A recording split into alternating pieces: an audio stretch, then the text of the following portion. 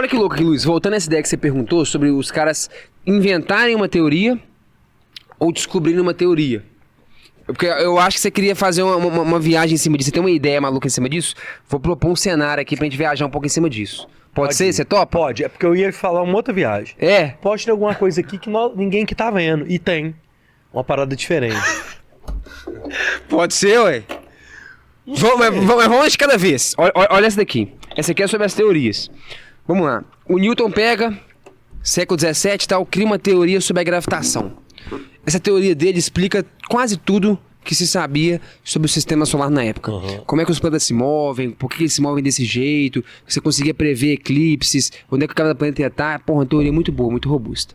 Funcionou durante muitos anos, durante 300 e poucos anos. Até que o Einstein, 1915... Que já é agora, da nossa geração. 100 anos aí atrás, né? 110 anos e tal. Cria uma nova teoria da relatividade geral, que é uma nova teoria da gravitação. Beleza? E essa teoria do Einstein, ela explica tudo que a do Newton explicava e umas coisas a mais, que a do Newton não dava conta de explicar. Então hoje a gente entende que a teoria da gravitação do Einstein é a mais correta. E a do Newton, vamos dizer assim, foi substituída por essa. Correta ou mais completa? Pode ser mais completa. Vamos colocar assim. Tá. Agora, a reflexão é...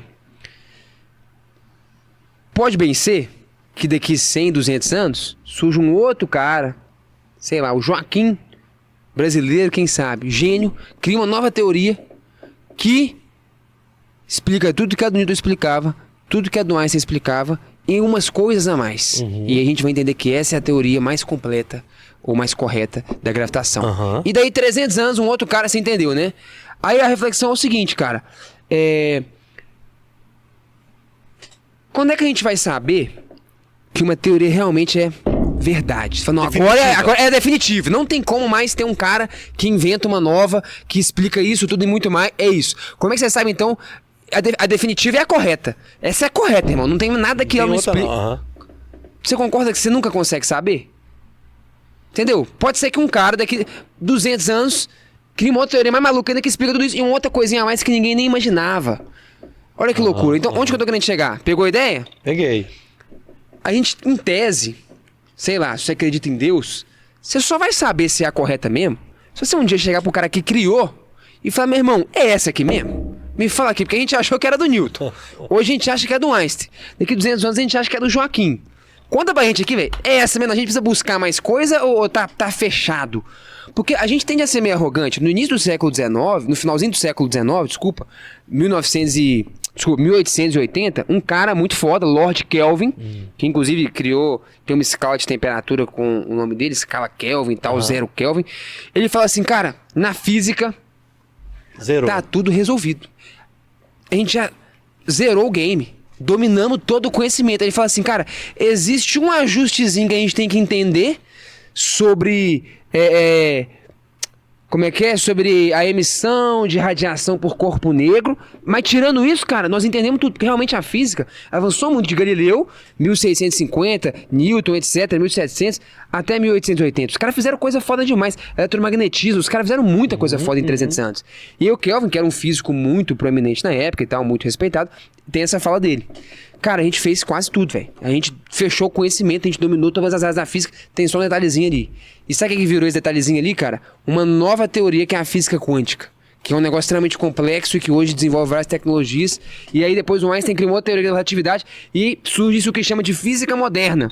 Que é uma física inteira totalmente nova, totalmente diferente da outra. E que é um campo infinito que era totalmente desconhecido. E o cara teve a arrogância, a prepotência de achar na época que a gente tinha conhecido quase tudo. Então, enfim, voltando aqui, cara, pra não fritar muito sua mente aí. A ideia é, então a gente tem a do Einstein. Cara, como é que a gente vai saber que é essa definitiva e não tem mais uma porrada de coisa que a gente não sabe, como você falou, e que talvez daqui 200, 300 anos a gente crie tecnologias pra conseguir medir, ou crie uma outra mente genial que consiga criar uma ideia mais maluca. Então, enfim, a ideia é, a teoria, ela é então uma invenção ou ela é uma descoberta? Por quê? Porque... Você entendeu? Cara, se ela é uma descoberta, em tese você tem um negócio definitivo. Mas aí é mais filosofia. Tem filósofos que acham que não, cara.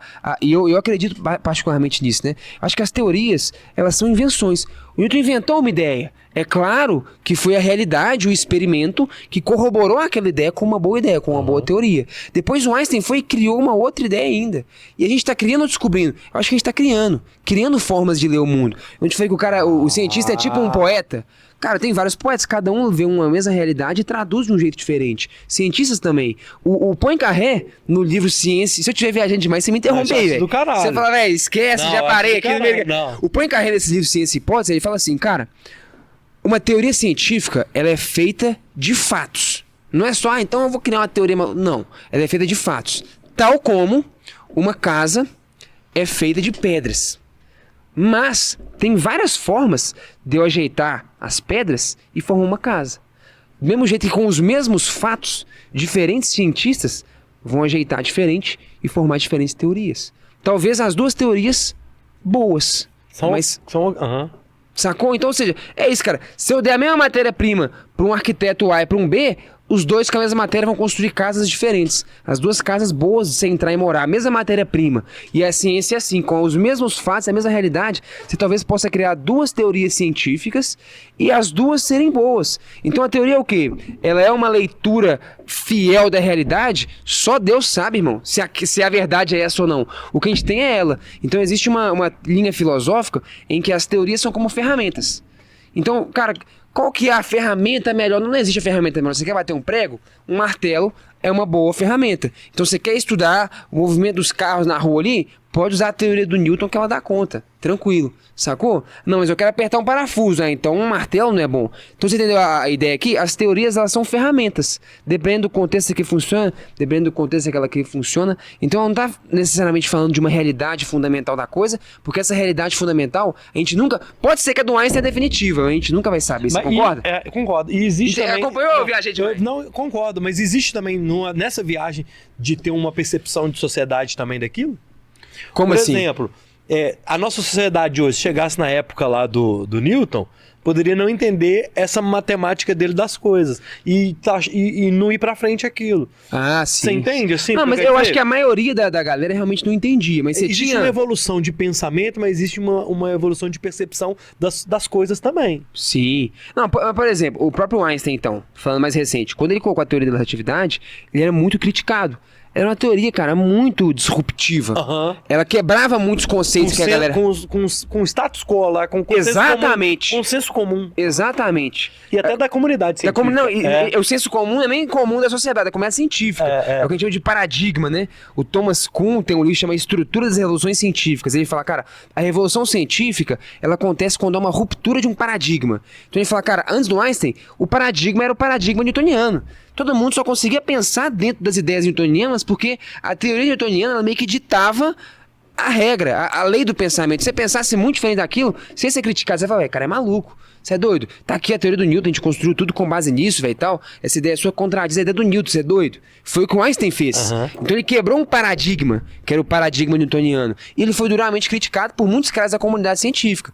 Muitos caras não botavam fé. Falam, não, isso aí não tem nada a ver, é loucura. Até que você começa a fazer experimentos e você vê que, caramba, o que aquela teoria prevê, de fato, a gente mede exatamente aquilo. Então, um experimento muito, muito forte, que corroborou muito para a ideia do Einstein, para a teoria do Einstein, da relatividade. Foi até realizado aqui em Sobral, no Ceará, né, em 1915. Era pegar um eclipse e a gente ia conseguir enxergar uma estrela que estava atrás do Sol. Então, como é que você vê uma estrela atrás do Sol? Por conta da curvatura da luz. E nenhuma teoria prevê a curvatura da luz, que negócio é maluco. A curvatura o espaço-tempo se deforma e a luz vai curvar. Totalmente maluco essa ideia. Esse cara é louco. Aí o nego vai lá, mede e vê que é a curvatura exatamente que ela calculou. Aí você tem que dar uma moral pro cara, né? Você tem que falar, rapaz, doido aí pode até ser, mas nós medimos e o negócio tava lá. Você entendeu? Quantos anos depois, né? Muito louco isso aí. Esse aí foi... Se eu não me engano, a teoria de Einstein foi em 1915. Acho que esse experimento não foi tão depois, não. Foi em 1919. Ah, tá. Mas a treta é... O Einstein, ele mas demorou... Mas do Einstein da época que agora que nós somos... Isso que eu ia falar, por exemplo, ondas gravitacionais. É uma ideia que ele nem imaginava, nem concebia. Foram coisas que a galera, desenvolvendo mais a teoria dele, percebeu que a teoria dele previa essas ondas gravitacionais. Isso acho que depois já tinha morrido. E a onda mesmo foi detectada em 2015. Aí, mano. Você tem 100 anos depois da teoria. Bizarro. E aí como é que você fala, pô, esse cara aí é maluco? Falou, bicho, o cara falou umas doideiras ali, mas as doideiras todo mundo mediu e viu que era exatamente como ele falou. Ele calculou e falou, vai dar tanto. Você olha e dá tanto, você fala, velho, esse cara aí ou é um bruxo, ou o cara manja do negócio mesmo. Mas aí a questão é, então esse cara descobriu a realidade do universo? Mais ou menos, cara. Pode ser que, como eu disse, daqui a 100 anos outro cara descobre uma outra realidade e tal. Ele montou um modelo muito bom, que se mostrou muito eficiente em prever como é que as coisas funcionam, então a gente fala que isso é uma boa teoria e usa ela. É,